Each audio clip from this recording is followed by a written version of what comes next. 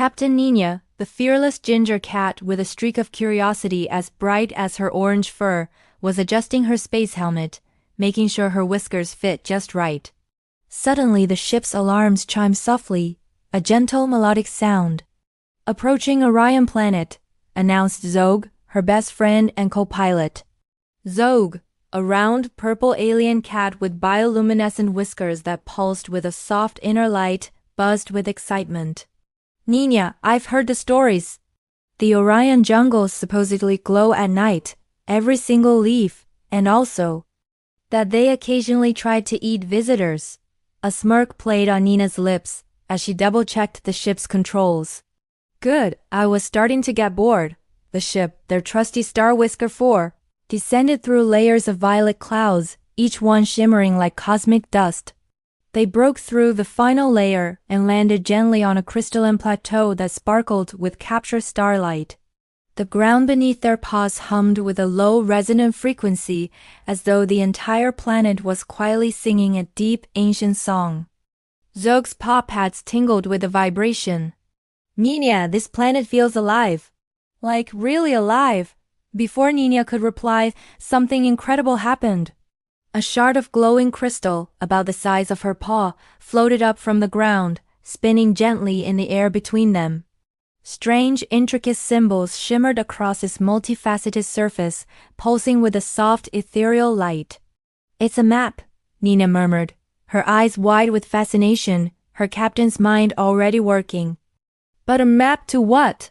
As if in answer, the crystal projected a holographic image into the air, a colossal tower made of swirling, incandescent light. Zog gasped, his purple fur practically vibrating. "The Orion Beacon. Legend says it protects this entire star system. It's the heart of Orion." But just as they stared in wonder, the image fractured, glitching erratically before flickering into darkness. A sense of wrongness filled the air. Something was terribly wrong with the beacon. Following the faint trail of light, still emanating from the crystal map, they stepped off the plateau and into the bioluminescent jungle. It was more spectacular than the stories. Every leaf, every flower, every blade of grass shone with the brilliance of neon paint, casting the entire forest in a magical multicolored glow. The trees themselves seemed to whisper in a language that was just beyond Nina's hearing, but Zog's alien ears twitched. He seemed to understand. "They're saying, 'Turn back,'" he whispered, his voice trembling slightly. "That's comforting." Nina just flicked her tail, a gesture of pure, unshakable confidence. "We don't turn back, Zog, ever." As they ventured deeper, the jungle seemed to watch them. Suddenly, thick vines slithered from the canopy above, moving toward them like curious, silent snakes. Nina reacted instantly, drawing her laser claw custom gadget set to a non-lethal stun setting, of course. She was about to fire a warning shot when Zog raised a paw, his eyes wide. "No, wait. They're not attacking. They're warning us." The vines weren't reaching for them. They were pointing, trembling as they indicated a hidden path deeper into the forest. "Looks like we have an escort," Nina said, a hint of amusement in her voice as she holstered her laser claw. The vine-marked path led them to the edge of a vast, glowing lake. The water itself seemed to be made of liquid starlight, and standing at its shore was a creature of breathtaking majesty.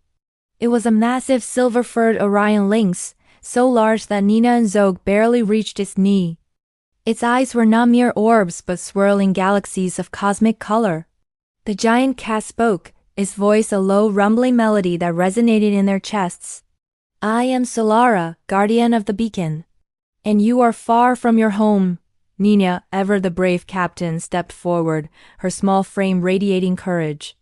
"We saw the beacon flicker. We're here to help." Solara dipped her enormous head in a gesture of respect and sorrow. "The beacon's light is fading.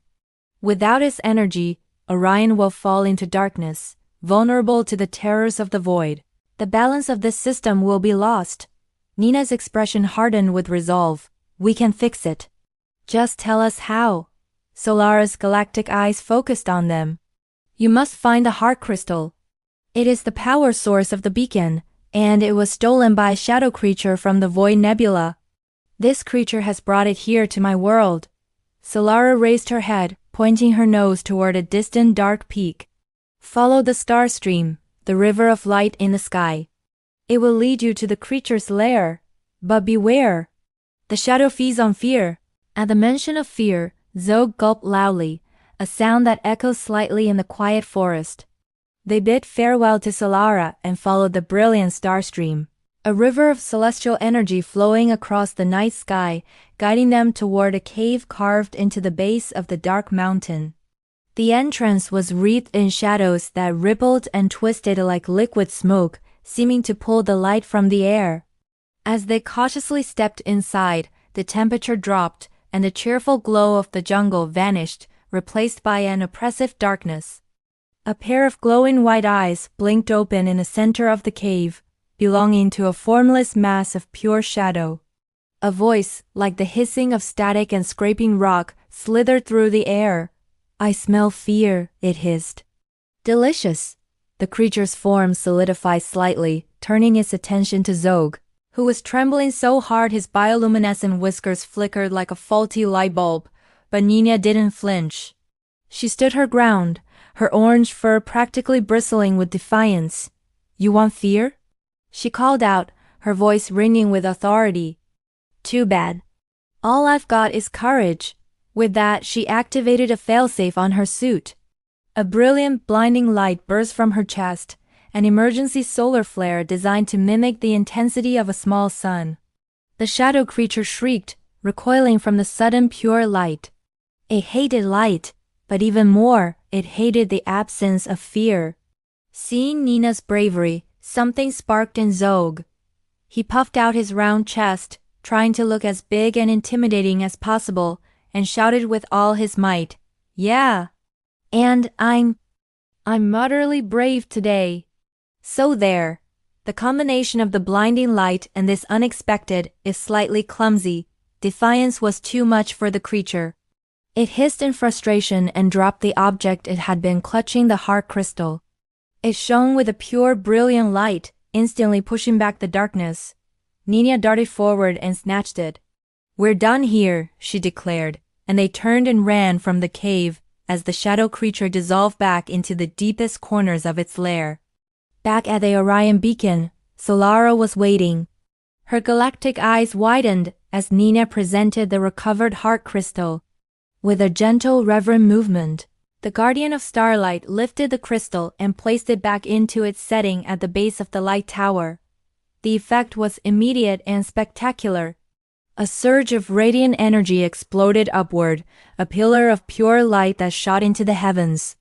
It then burst outwards, lighting the entire sky with swirling ribbons of cosmic color, pinks, blues, and golds dancing together.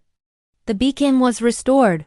The hum of the planet returned, this time stronger, a song of gratitude and joy. "Nina," Zog whispered, his voice filled with awe as they watched the light show. We saved a whole planet." Nina flicked her tail, a picture of pride and satisfaction. "That's what captains do, Zog." Solara bowed her head deeply, a gesture of profound thanks. "Orion will never forget the ginger warrior and the purple dreamer who brought back our light." As Nina and Zog boarded the Star Whisker 4, the crystalline ground humming its farewell, Zog looked over at his captain, his whiskers glowing brightly with happiness. "So," he asked, a familiar sense of adventure returning, "where to next?" Nina looked out at the sea of stars through the cockpit window, a grin spreading across her face. "Somewhere dangerous." Zog groaned, but it was a groan of pure, affectionate exasperation. "Of course," and with a burst of stardust from its engines, the Star Whisker 4 launched back into the cosmos, heading straight for their next adventure. Thanks for joining us on this cosmic journey. If you love the adventures of Captain Nina and Zog, don't forget to hit that subscribe button and ring the bell so you never miss a mission. We'll see you in the next star system.